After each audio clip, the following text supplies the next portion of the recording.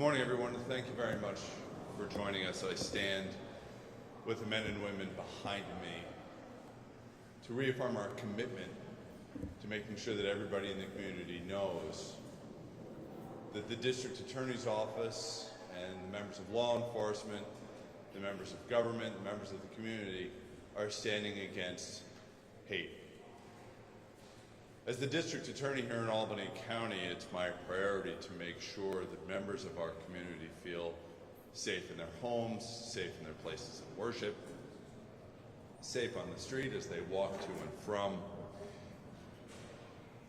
And I'll do everything in my power to make sure that those responsible for those responsible for hatred will feel the weight of my office. You know, I know we're here today to talk about those in the Jewish community who have felt this rise, and you need to know that I take it personally. And all of us have members of our own family, members of our community who have gone through this. And I tell you something, it's not good when I start to take something personally, because I'm going to be there for you. I'm going to be there every step of the way with the full weight of my office to look out for you. So please know that you have a partner in the District Attorney's Office, you have a partner in the community, and we will stand there and make sure that you have our protection and I have your back. Thank you.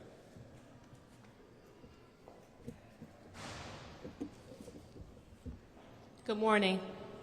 I'm Dorcia Pleers. I serve as the current Chief City Auditor, and I echo the sentiment standing with leaders and colleagues behind me. This is an act of solidarity. This is an act of standing together to say and declare that Albany remains a place that is welcoming to everyone, regardless of who you pray to, who you love. Albany will remain a place where people feel safe and should feel safe in their neighborhoods. Cowardly acts and hatred often dwell in dark places. And unfortunately, we have people in our community who feel strongly that those cowardly acts and hatred should be displayed in our neighborhoods. That is not the case. Through policy, through changing culture and norms, and through practice, we've heard from our DA and our police chief, those who believe that they can act in cowardly ways in hatred and also inspired by hate, this is not the city for you. This is not the city for you. Our children are going back to school, and as a mom of two, I have been preaching to my kids what it means to embrace people's differences, to show kindness, compassion, love, give grace. We all have a responsibility to train up the next generation to be able to embrace other people with love, dignity, and respect, very basic human rights. Safety is a basic human right. This is a city of neighborhoods, and what makes our neighborhoods so strong are the people who live in them. And in our neighborhoods, people deserve to have safe communities. And so with that, I thank the members of the various communities represented. We have members of our Jewish community, members of our LGBTQ+ community. We have members of our Muslim community. Thank you for showing up. Continue to speak up. Please do not suffer in silence. We cannot advance and change the dynamic and norms if we stay silent and allow cowards to prevail. So with that, thank you for showing up. Thank you for being here. And you have my full support. Thank you.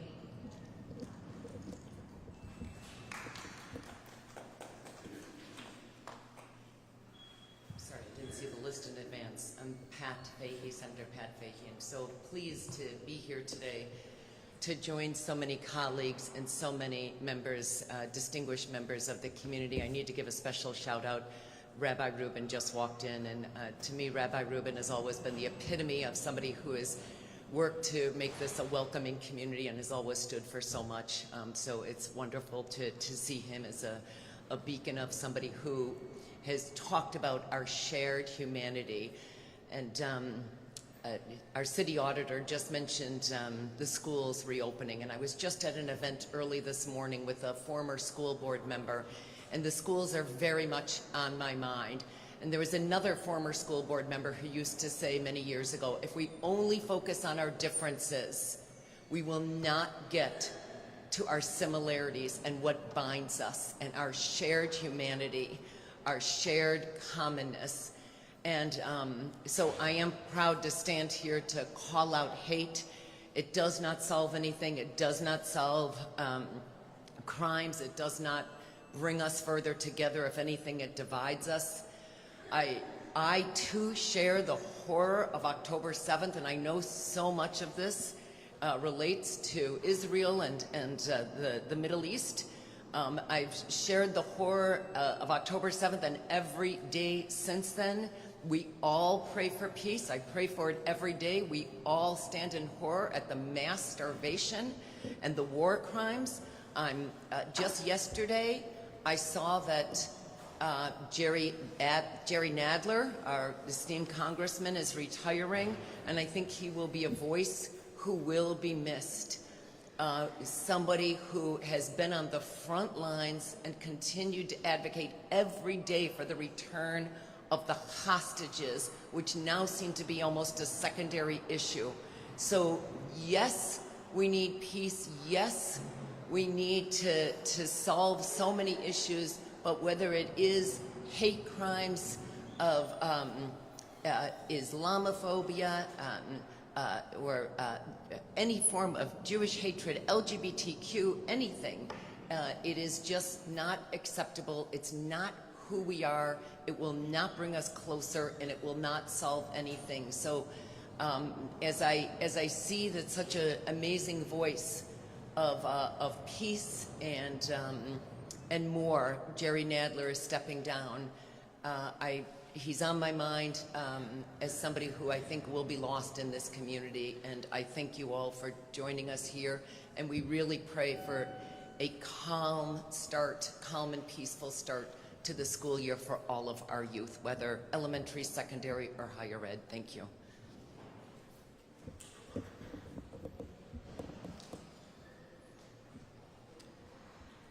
Thank you. First, I really need to thank Mayor Sheehan for calling this press conference and bringing attention to this issue. And I especially want to thank Chief Brendan Cox, who has taken every incident of anti-Semitism seriously. The City of Albany stands united against all forms of hatred. And it is the uptick in anti-Semitic incidents that I need to highlight. We are here to unequivocally condemn the harassment of our residents. Not only am I the only Jewish, my name is Deborah Zamer, by the way. I'm a Common Council member, if I forgot to introduce myself. I'm the only Jewish member of the Common Council, and I also represent a district with a sizable Jewish population, several of whom have been affected by acts of graffiti or harassment over the past nearly 2 years. The fact is, in 2024, the FBI recorded the highest number of anti-Semitic hate crimes since it began collecting this data in 1991. Recently, it's become clear that the ugly face of anti-Semitism has become more emboldened, and that leaders across the city must speak out against it. We represent constituents of many different religions, and every one of them must be able to walk the streets without fear of harassment. There is no justification for targeting and harassing Jewish families walking on the street. There is no justification for painting anti-Semitic graffiti in our parks, on our telephone poles, on our bus stops, on our stop signs. There is no justification for painting ugly anti-Semitic slogans on the sidewalks in front of Jewish homes. There is no justification for shooting up a Jewish synagogue full of children in our city. Rhetoric blaming all Jews for the politics of some is anti-Semitic and is dangerous. Lies about Jews have been used for millennia throughout Europe and the Middle East as justification for violence against Jewish communities. So when rhetoric out there claims that Jews have blood on our hands and we are called genocide supporters, well, we know that that is cause for real concern, especially in light of targeted violent attacks in other parts of the country by perpetrators spouting that same hateful rhetoric. To be clear, harassment against Jews is no more important than harassment against any other minority group, but it is also not less important. In this moment in time, I call attention to the Jewish residents who have been harassed locally for reasons that they do not and cannot control, and for their identity, which for many of us is intertwined with our ancient homeland of Israel. Thank you again to Mayor Sheehan for calling leaders together today to speak out loudly against these hate crimes, and to Chief Cox and the entire Albany Police Department for working tirelessly to keep us safe. And now I get to introduce my rabbi, wise beyond his years, and chaplain of the Albany Police Department, Rabbi Greg Weitzman.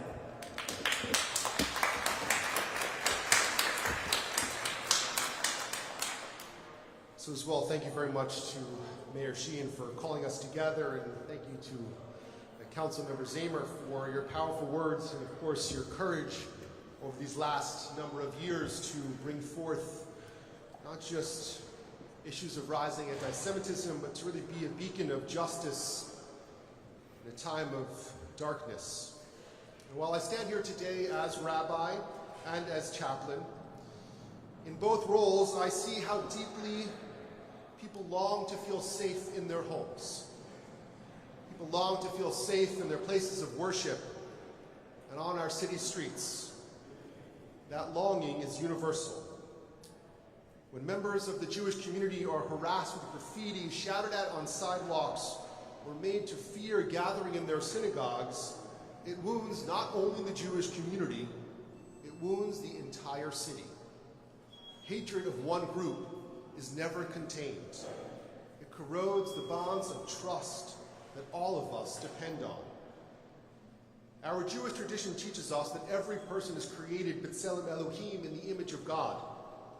To demean or threaten any human being because of their faith, their culture, their identity is an affront to the divine spark that is within each and every single one of us. I'm incredibly grateful to Chief Cox, the brave men and women of the Albany Police Department, for their continued commitment to vigilance and safety. And I am grateful to all of the leaders that are standing here today, because together we send a clear message. Anti-Semitism, like all forms of hatred, has no place in the city of Albany. Let us stand side by side, neighbors, leaders, people of all faiths and none, to build a city where children can walk to school without fear, where families can worship in peace, and every resident can know that they are valued and protected. May this gathering not only denounce hatred, but also renew our shared commitment to justice, dignity, and compassion for the sake of every person who calls Albany home.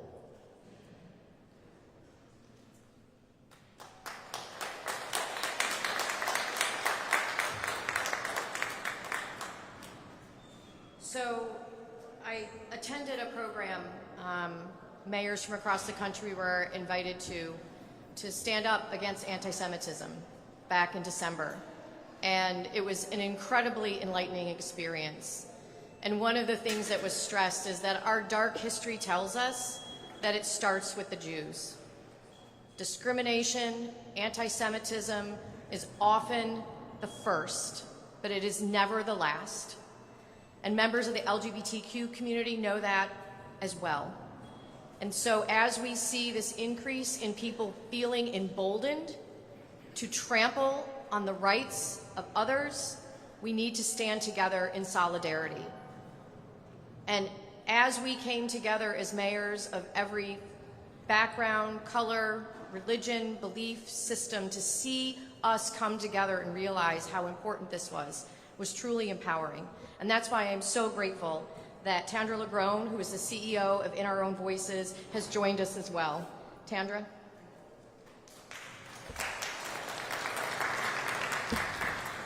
Now to take these glasses off. Good morning. As the mayor just mentioned, I'm Tandra Lagrone, the CEO of In Our Own Voices, and a proud member of the New York State Division of Human Rights, Capital Region Hate and Bias Prevention Council. And I see my colleague over here. Can you stand up, please? Judith Wade. Thank you. I also stand here as a survivor of hate and violence for simply wearing a rainbow scarf around my neck. So this is personal for me. We are here today on one simple and powerful message. There is no place for hate in Albany, not here, not now, not ever. Albany is a city that is built on diversity, resilience, unity. Our neighborhoods are not weakened by our differences. They are strengthened by them. Each race, each religion, each identity, each culture that calls Albany home adds to its richness of who we are. And it's precisely the diversity that makes us stronger, keyword, together. But strength requires responsibility. When hate shows up, whether it's in words, in action, or silence, we cannot look the other way. We must confront with courage, with compassion, and with solidarity. Hate thrives only when it goes unchallenged. But love, justice, and community thrive when we stand, keyword, together. So today, I am calling on every resident, every leader, every institution, stand with us. Reaffirm the truth we all know. Hate has no home in Albany. It doesn't matter your race, again, your religion, your creed, or who you love. Every person deserves dignity, respect, and safety. To my LGBT siblings, I see you. We stand with you. To my Jewish siblings, we see you. We stand with you. To my Muslim siblings, we see you. We stand with you. And to our neighbors, this is an invitation, not just to say words, but to live them every day, in your schools, in your home, in your workplaces, in your congregations, and on the streets. My glasses just fell.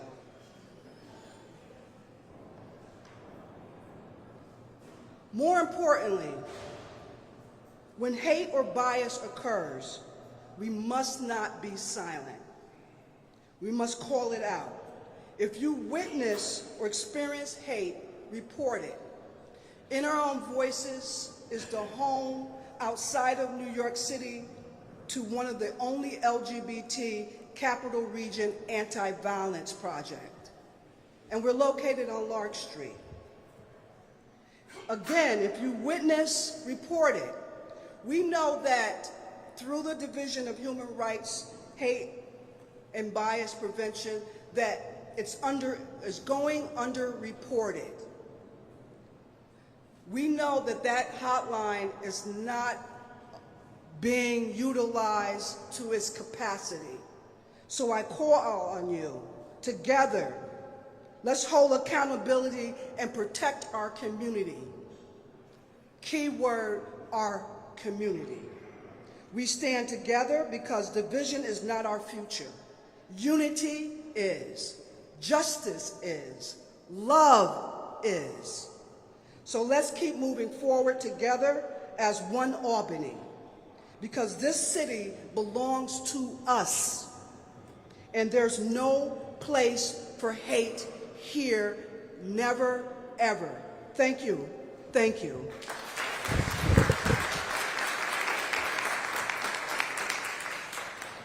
Thank you, Tandra, and we can take questions from the press. On topics. Yeah. Mayor, this may be for the chief of police, but can either of you give us an idea of the number of rise in hate incidents or hate crimes that the city's been dealing with recently?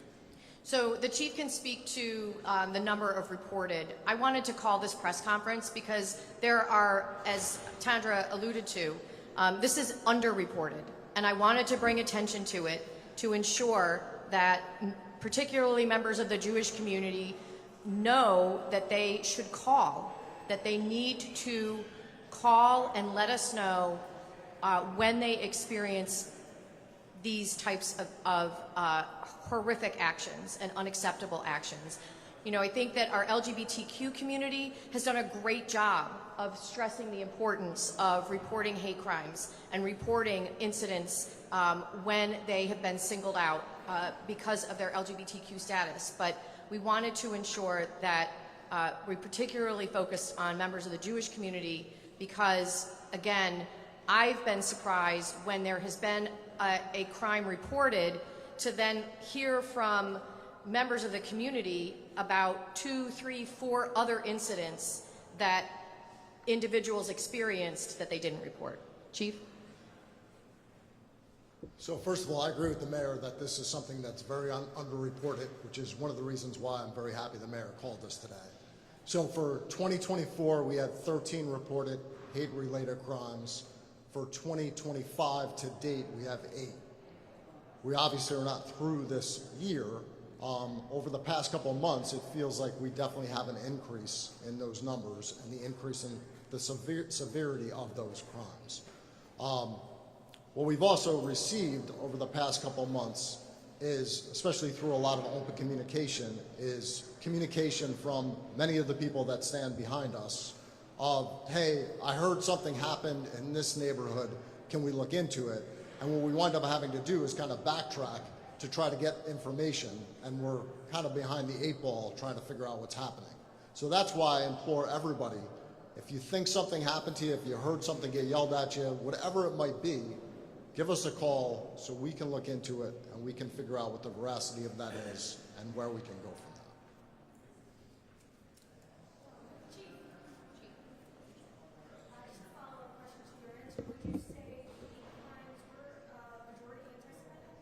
I'm sorry? Would you say majority of those hate crimes you mentioned 11 or 12 incidents, were majority of them anti-Semitic? It is actually a mix between anti-Semitic and anti-LGBTQ.